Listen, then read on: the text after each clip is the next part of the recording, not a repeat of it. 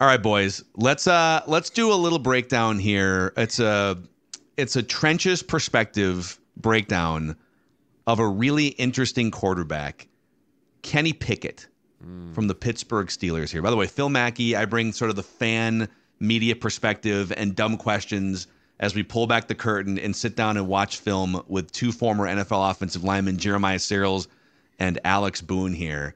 Gentlemen, happy football season. Let's break down a quarterback here. Happy day.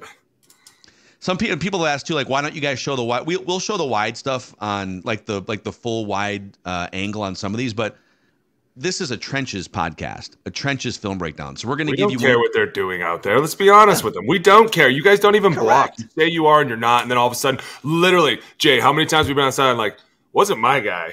I don't know who the hell it was. It was the receivers the whole game, and you're like, you know what? That's why I used to love this copy right here. That's all I want to see. Those are the only important people to me. The number one thing, the first thing I do when I watch tape is I go, and end zone only. Click. That's it. That's it. Like, it drives people nuts because, like, I don't even watch the end of the play. Like, I'll watch a pass protection and the ball's gone and then be like, next. Like, whether it was caught or not, whatever. Don't care. We'll know the next play is the ball moved or not. The best is because we watch it on the same copy that a lot of people like this have.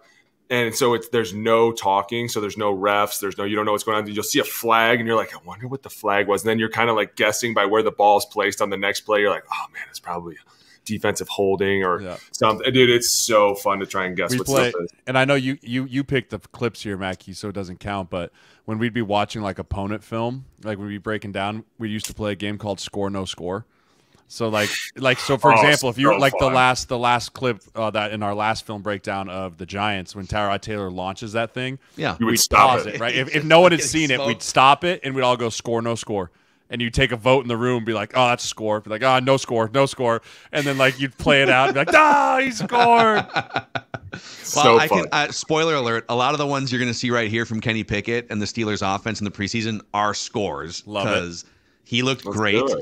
So I'll go full screen here for you guys. A handful of plays here from the Steelers preseason. I'll roll these. Again, we're just showing you trenches and quarterback because that's really all that matters on the O-line committee. Yeah, talk about a guy taking a big jump. Kenny Pickett, man. First-round pick. Took over for, Ben Roethlisberger, Mason Rudolph. Like, he's got some weapons now, too. Oh, I love that right tackle. Pickens. And who's that? Is that Johnson? Okafor. Is that Deontay Johnson? No, who is that?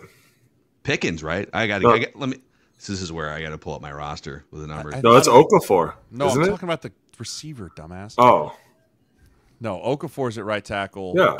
The left guard addition here from the Eagles, Isaac, is a huge pickup for them. Oh, huge. He was 14 is Pickens. Sorry to diehard Steelers fans. We're new here. We're already soiling your film with. Can't be worse. Dude, the Packers fans not knowing your after numbers. Me. The Packers. Yeah, they sure did. They did not like me. They were like, well, you know, my fan base. Oh, sorry. My bad. Just calling as I see it. Oh. You know, the thing and you guys who like we're breaking down a quarterback, but like the offensive line and the protection are such like integral parts that you're gonna get a lot of that in these quarterback breakdowns too. Yeah, so. and they went out and bolstered their offensive line in the offseason here, right? They picked up an All-Pro left guard, Okafor coming around. Like I think that's still Mason Cole at center. Yep. Right, he's gotten a lot of time. But the thing I like about Pickett in the preseason is he was really quick with the ball. Right, you see him. He's getting through his reads really fast. He's not holding back there. He's not patting it. He got at times last year where he would just really kind of pat the ball back there and be slow in his reads. You see here, he gets back to his read, delivers a great ball, and then the yards after catch for Pittsburgh is going to be enormous. Go back real quick. Here we go, Okafor. By the way, blocking number 0. You know how I feel about the 0 number.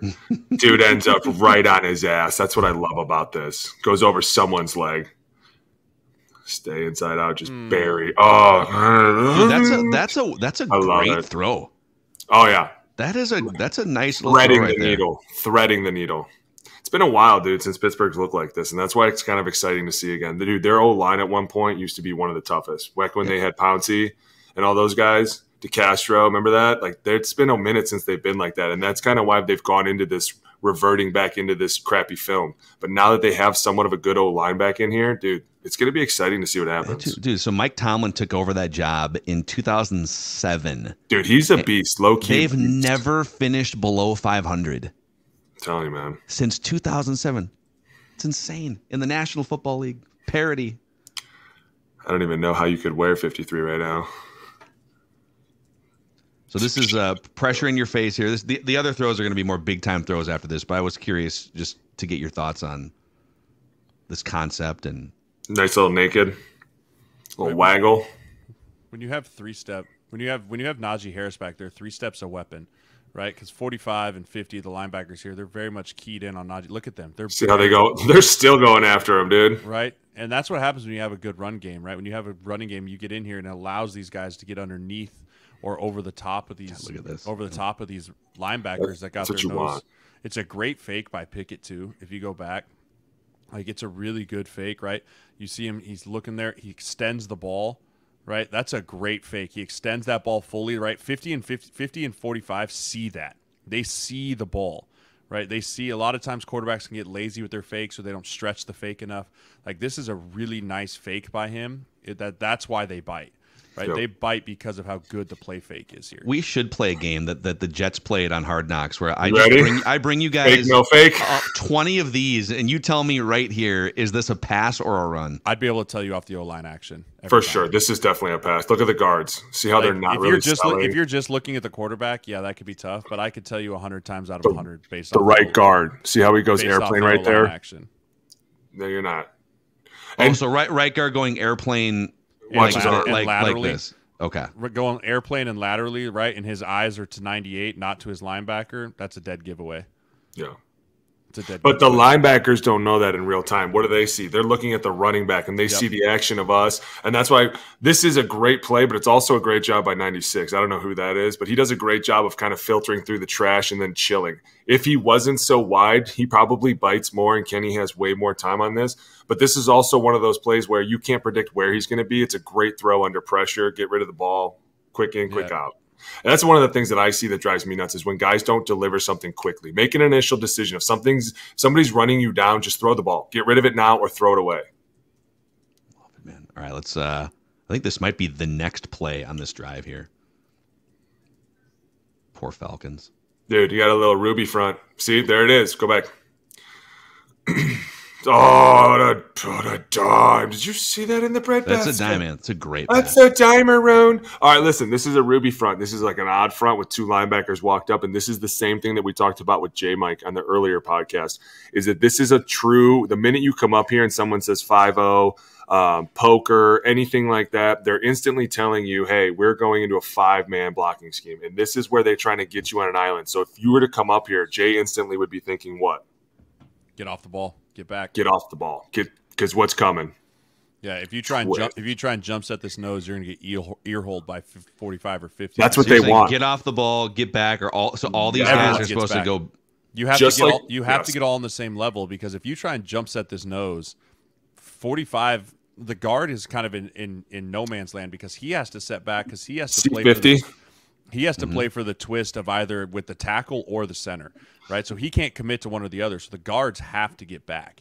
But And this is where it gets crazy, and tell them the truth, Jay. You got to get back, but the minute you see this from 50, you have to close it faster. Go back. Like, yes, initially we are all jumping off the ball. Look, he's late off the ball, which initially gets him late back in. If he's not late in and he punches 50, because this is the one thing that will set a twist in another world. If you punch the penetrator, he just goes right over to the center and you can just take the looper. But since he doesn't, now you have all these problems up here. And once you've shown this once or twice, especially with your center, you better believe it's coming back a million more times. Like, they're just going to pick on your center forever. And this is one of those things that it's kind of on him too. He jumps the nose. You got to get back. well, the other thing too is this right guard, instead of going out, see how his right foot's going out right at the initial set, right? Like his right foot's going to the right. He needs to go straight back, right? Like Isaac. Watch Isaac on the left side here. He's going like back. See how he's backing up? See how he's almost on the white line and the right guard's like a yard off the white line? Yeah. That's what allows you to get depth. He goes out instead of back, which is what eventually makes him have to, which is why the center gets ear hold here. And this could have been a lot worse. And believe me, I'm sure Kenny knows that this is coming down on him. He sees all this in front of him. But at the same time, the one thing about depth is it gives you time and space to figure out what's going on. And if you get off the ball and you see 50 start to gallop and go back inside, you just redirect everything you have into your punch. Now, he does a good job of, look, I will say this. I didn't see this before. He messes it up initially. In the center, dude, don't be so theatrical. But he does a great job. Oh, that's terrible. Is that a fine for sure? Jar right there? You're getting fined for sure. That's a something fine. That's look, a conduct unbecoming. That's a rookie fine too, dude. You're for sure getting fined. But look, he does a good job of trying to get back. And this is what you got to love about an O-lineman. They know they mess up. They'll do anything they can to protect you. He'll take it one on and he's trying to block the other one. Dude, massive kudos to you for that. That was badass. So this is kind of sloppy, kind of muddy. Ultimately, it was good enough for Kenny Pickett to just sit back there very calm. Like all the chaos happening in front of him. Watch how calmly he just drops back. Bing, bink.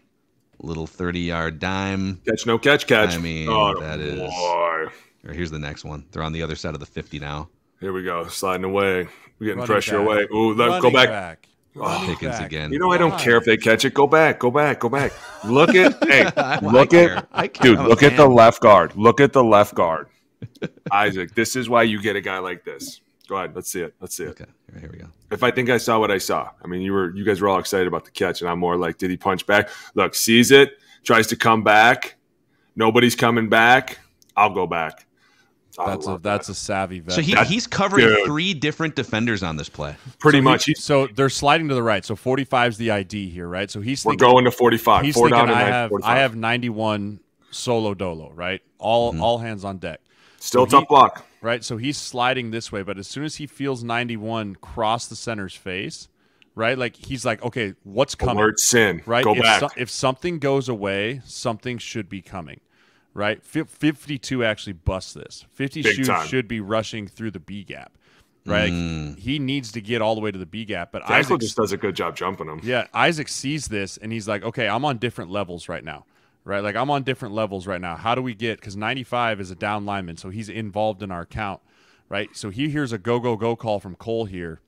And he's like, okay, let me hold space. Let's not vacate. But then he sees the late looper, and instead of trying to bang the tackle off, he just slides behind him. Because he knows the tackle's committed at this point. Yeah. Like, you can't get this dude off. He's not expecting a go from anyone. And the one thing I will say is you do know when you're on a different level, because if you're out there and you can think, you know you're not on the level with anyone else. You know you're behind everyone. And you're like, as you're running through here, you can see he's kind of thinking like, okay, well, let's see. The center has him. The tackle doesn't need help. Oh, but here comes a looper. That's when you're like, I just got to go save a life right now. That's a great job by him. Running back, stay inside out. But Kenny Pickett here, right? I want you to watch his eyes. His eyes are going, okay, because initially you think, okay, throw into the blitz, right? So he's looking over there like, okay, no one's open. Where's my second read? Where's my one-on-one? He sees it, gets rid of it, and delivers a beautiful ball. Dude, that's on a rope, pretty. It's pretty decent coverage. He's not turned around looking at the ball, but that's on a rope. Dude, that's a pretty ball. Steelers fans got a lot to be excited about. All right, one more for you guys. Oh, here we go. Kenny Pickett. Give me something. Buffalo Bills. Here we go. Oh, motion him out. I like it. We're in scat protection, baby. We're in gone. We'll go back. Oh, wow. What a ball placement. The ball placement here is fantastic. Right, so they're in empty protection. Give me gone. Here we go. Sliding away. One-on-one jump set here by Isaac. James Daniels at right guard, right? Another from Chicago. Attaboy. He's holding space, right? Cole. I mean, he gets lucky. He trips here. He gets lucky. Yeah, 92 kind of had this. Go back. I need to see from the beginning. Was it his initial set? Yes. Go back. He goes too flat. Let me see it. Who are we talking about? 78? We're talking about 61. Okay. 61 goes too flat here, right? You have the slide. Get back off the ball. Yeah, especially because look at your guard. He's got a big hand there. See, there it is right there. He gets his outside hand, and this is one of the biggest problems that you're starting to see again. It's rearing its ugly head is guys are grabbing the guy's outside hand, and when they do that, your outside foot stops. See how it stops kicking for a second? And now you have to re-engage it, and you're already a good D tackle is already past you with his hips, because as he's doing that, he's working his hips through. You got to. Jay's right. You have to get depth initially. That's the only thing. This is that also a really you. nice job by Daniels of not vacating. Yeah, right? He's trying. If Daniels, because he has his eyes here and he knows he has to get to help the tackle, but if he vacates this space, 92 skinnies through this, right? The only reason this works is because he trips over 78's feet, right? He trips over Daniels' feet here. So technically, Daniels does a great job. Yeah, this is a great job. Daniels holding space and then also getting out there. But look at the ball placement by Kenny Pickett here. Right, this is a deep post. Right, he's going right at the far goal post, but he sees Milano's got his back turned. Right, Milano's got his back turned, so there's no reason to throw over the top of Milano. He puts it on the back shoulder. He knows he's going to take a hit from Poyer here, but he threads the absolute needle on a great ball placement. Right, that's the accuracy of an NFL quarterback. Hell yeah, it is. To be able to know that that's a 20-yard dart, and I know I have to put it on his back shoulder. Milano never even knew the ball was thrown until he caught it. God damn it, Kenny Pickett. You better be taking your O-line to Morton's every week. I swear to God. You better be taking – I swear to God. If I find out there's any abuse going on with quarterbacks not treating their O-line right, it's game on. But he looks – I mean, you're right. The ball placement on some of these. He looks great. You know, I feel like people are sleeping on him a little bit. He's not really mentioned among, the – He's in a tough division. Look at the division you're in, dude. You're up there with Joey Burrow, and you have guys like Lamar Jackson in your division. Now you have guys like Cleveland who are like, we got to do this now. Like, you're in a tough division, but let's be honest, that division has always been tough on each other. It's the black and blue division, man. Always beating the crap out of each other. So it's like, listen, this is your year to go out. You have a good offensive line up front that seem like they're starting to understand. There's still things that we always work on, but being calm under pressure and threading those needles like you are, like those are the things that it takes to get above your own division. And once you get out of your division, then you look at what's going on around the league. You know what I'm saying? And that's why sometimes I feel like teams take it too big, too fast. You're like, hey, just get out of our division. And once we do that, we'll look up and we'll see who else we got to worry about, because you are in one hell of a division, dude. Yeah, I mean, and that's what you want to see from a growth to a year two quarterback, right? Year one quarterbacks are still trying to figure out the system, the scheme. How do I prep every week? Like, how do I understand defenses? When you go into year two, all that stuff should be more turnkey, right? You should be like, okay, I got a year under my belt. Now I can really focus on ball placement, my technique when I'm throwing the ball, making sure that I put the ball to the right read. Like, all those things are what you take, and you see huge jumps in year one to year two with that kind of growth as a quarterback. Yeah. So, man, keep an eye on Kenny Pickett and the Steelers. A lot of people sleeping on them. If you guys like what you're seeing here with these film reviews, hit us up by clicking the like button and the subscribe button on the O-Line Committee YouTube channel. We also have a weekly podcast for Apple, Spotify, and the YouTube channel. So you can find us in many different places here as we usher in the 2023 NFL season. So close. Close. No more preseason bullshit. Real football. We get to yell at real people. Right, and if you guys have ideas for what you want these guys to break down, we're going to do 2 or 3 pretty beefy, 20-minute film reviews every week. So if you see stuff in week 1, hey, I saw this in the trenches, or let I us saw know this with the quarterback. Yeah, hit us up in the YouTube comment section and let us know what you want to see here on these O-Line Committee film reviews.